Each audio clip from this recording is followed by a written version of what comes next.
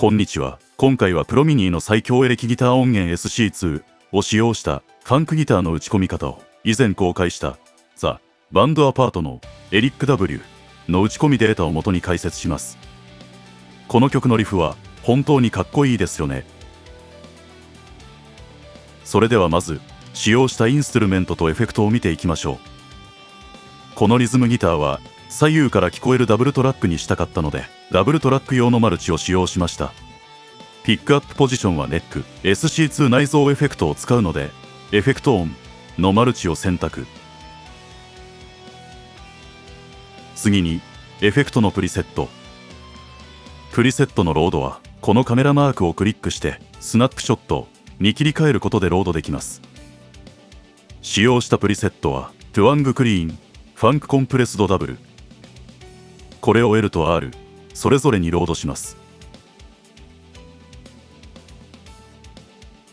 フィードバックは使用しないのでオフ。パームミュートはモジュレーションホイールに変えています。トーンはマイナス30にしています。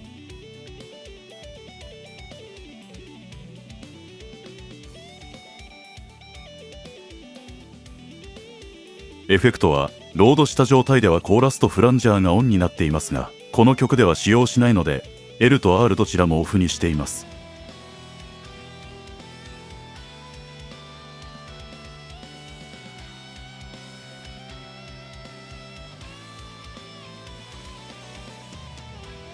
インストゥルメントとエフェクトの設定は以上です。次にユーザーコードに登録したコードフォームです。イントロの8小節を打ち込むのに必要なコードのフォームはこの4種類です。それでは一つずつ見ていきましょう。一つ目はこの×印用のフォームです。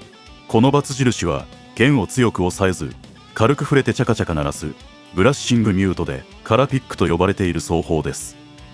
ここは次の7、8、9フレットに指を置いた状態のカラピックを鳴らしたいのでこのように登録しました。タブ譜は789なのになぜ012と思われるかもしれませんが、実際にミディノートを置いた際そのキーに合わせたポジションで鳴りますのでご心配なく。小技としてコードの構成音以外の弦もミュート音を鳴らすようにしておくとチャカチャカ感、かき鳴らした感を加えることができます。ここでは1弦もミュート音が鳴るように設定しました。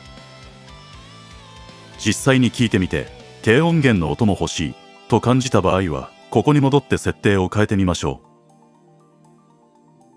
ご自身でもこの動画を見ながら設定してみようという方は一時停止するなどして同じように登録してみてください。次に進みましょう。2つ目はこのコードフォーム。ここは構成音以外の1弦と5弦をミュート音が鳴る設定にしました。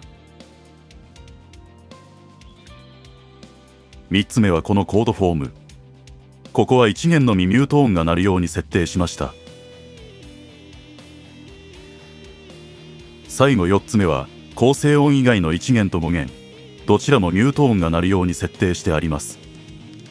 ミュート音の設定に正解はないので聞いた感じで鳴らす鳴らさないを決めるのが良いでしょう。それでは実際の打ち込みデータを見ていきましょう。ここからは解説のためテンポを落として再生します。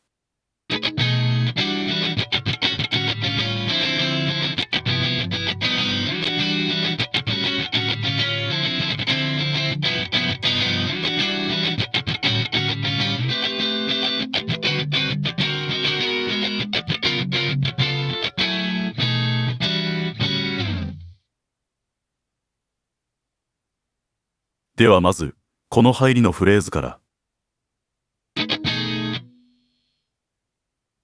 このカラピックはユーザーコード1に登録したフォームを使います。ユーザーコード1から4はデフォルトでキースイッチ D シャープ -1 から C-1 に割り当てられているので D シャープ -1 にキースイッチを置いてユーザーコード1を指定します。そして次のこの789フレットと同じポジションでカラピックしたいのでここにノートを置きます。同じフレットでなっていますね。次のここはアップストロークにします。C シャープ3は高音源3弦のアップストロークです。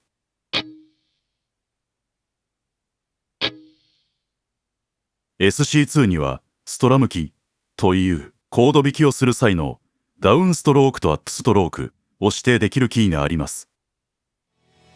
ストラムキーは C2 から8種類割り当てられていて、コードの低音源のみ、高音源のみのストロークなどを鳴らすことができます。実際に鳴らしてみると C には全弦ダウンストローク、 C シャープには全弦アップストローク、 D にはダウンストロークのミュート、 D シャープにはアップストロークのミュート、 F シャープには低音源のみのダウンストローク、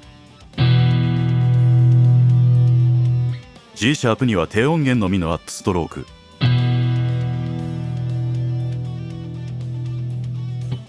A シャープには高音源のみのダウンストローク、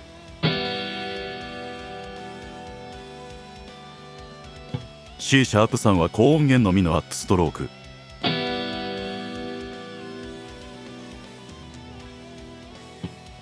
となっています。これらを組み合わせることでより雰囲気のあるコードストロークを作ることができます。続けましょう。ここはユーザーコード2を使うので D-1 にキースイッチを置いてユーザーコード2を指定します。そして次の音に移る前にノイズを加えたいのでプレイキー A1 のピッキングノイズを使います。プレイキーは鳴っている音を止める際に使用するキーで F1 から A シャープ1まで割り当てられています。4つ目はプレイキー F1 から A シャープ1まで、ここは鳴っている音を止めるときに加えるノイズを選択するレンジです。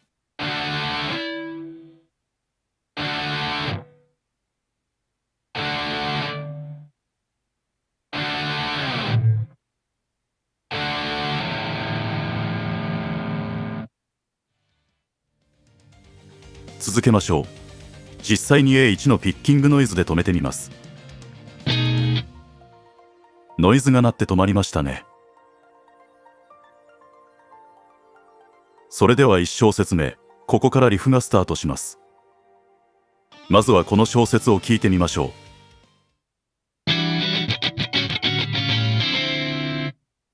う。いい感じですね。先ほど説明した通り、コード弾きを打ち込むときはストラムキーを使います。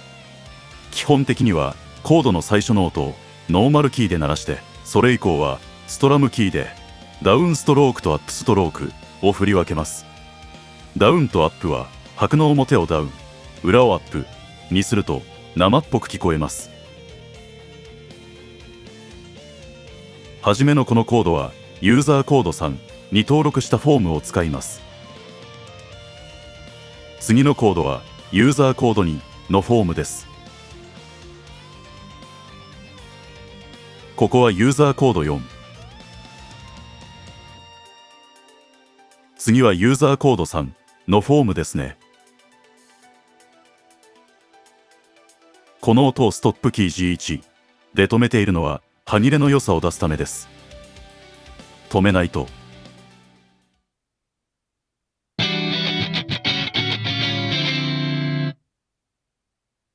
G1 で止めると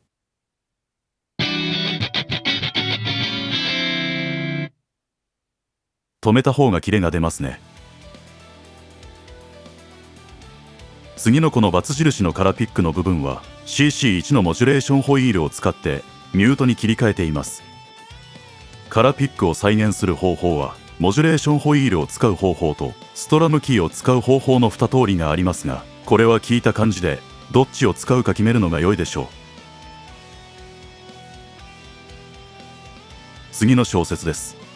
ストラムのパターンが同じなので前の小節をコピーしてから修正すると時間短縮になるでしょう。その際タイミングを少し変えたりダウンアップの割り振りを変えるとより生っぽくなります。例えばここはタブ譜ではカラピックですが、あえてカラピックにしていません。この小説の打ち込みのポイントは4拍目のここです。次のポジションに移る際にスライドさせています。これでよりリアルな雰囲気が出ます。スライドなしだとありだと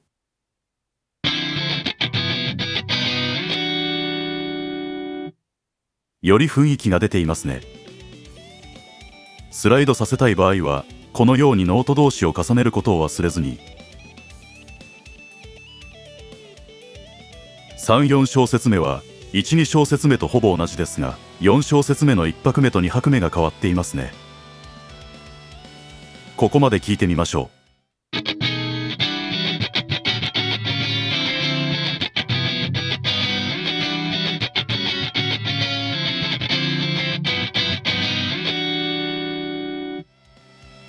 いいですね。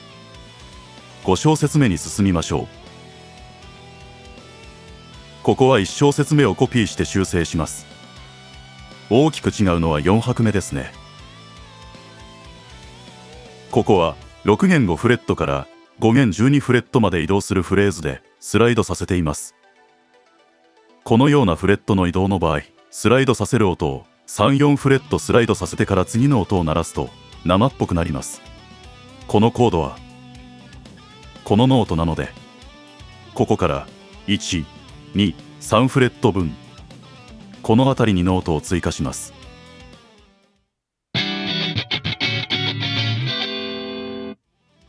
いい感じですね。6小節目は1小節目をコピーして修正。7小節目は6小節目をコピーして修正しました。ここまで打ち込むことができていれば、6、7小節目も問題なく打ち込めると思いますので、細かい説明は割愛させていただきます。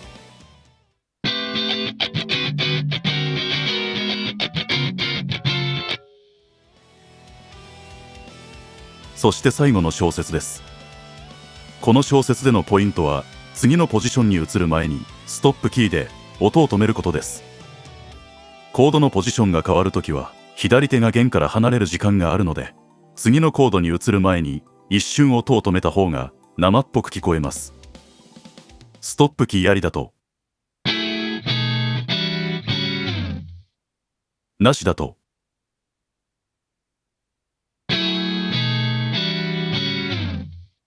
ストップキーなしだと弾いてる感じがなく、打ち込み感が前面に出てしまいますね。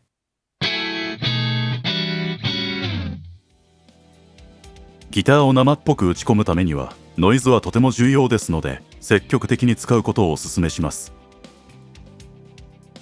これで8小節の打ち込みが終わりましたので、初めから聴いてみましょう。まずはテンポを落としたままギターのみ、次にテンポを戻して他のパートも一緒に再生します。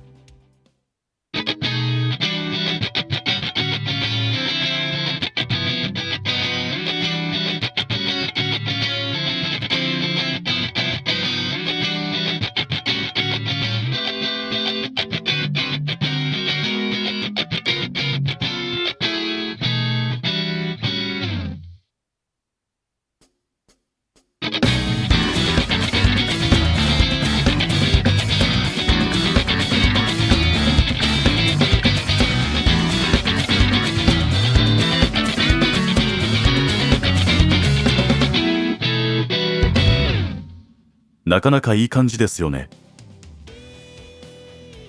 以上、ザ・バンドアパートのエリック W で解説するファンクギターの打ち込み方でした。このイントロ8小節は1、2小節目を打ち込んでしまえば、あとはコピーしつつ若干変化を加えていくだけなので、ファンクギターの打ち込み方を覚えるのにはうってつけだと思います。ですので、ぜひチャレンジしてみてください。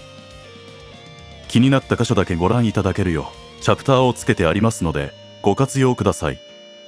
また、もし動画内の説明でわからないところがありましたら、コメント欄にコメントいただけたら可能な限りお答えいたします。それでは今回の動画はこれで終わりとなります。最後までご視聴いただきありがとうございました。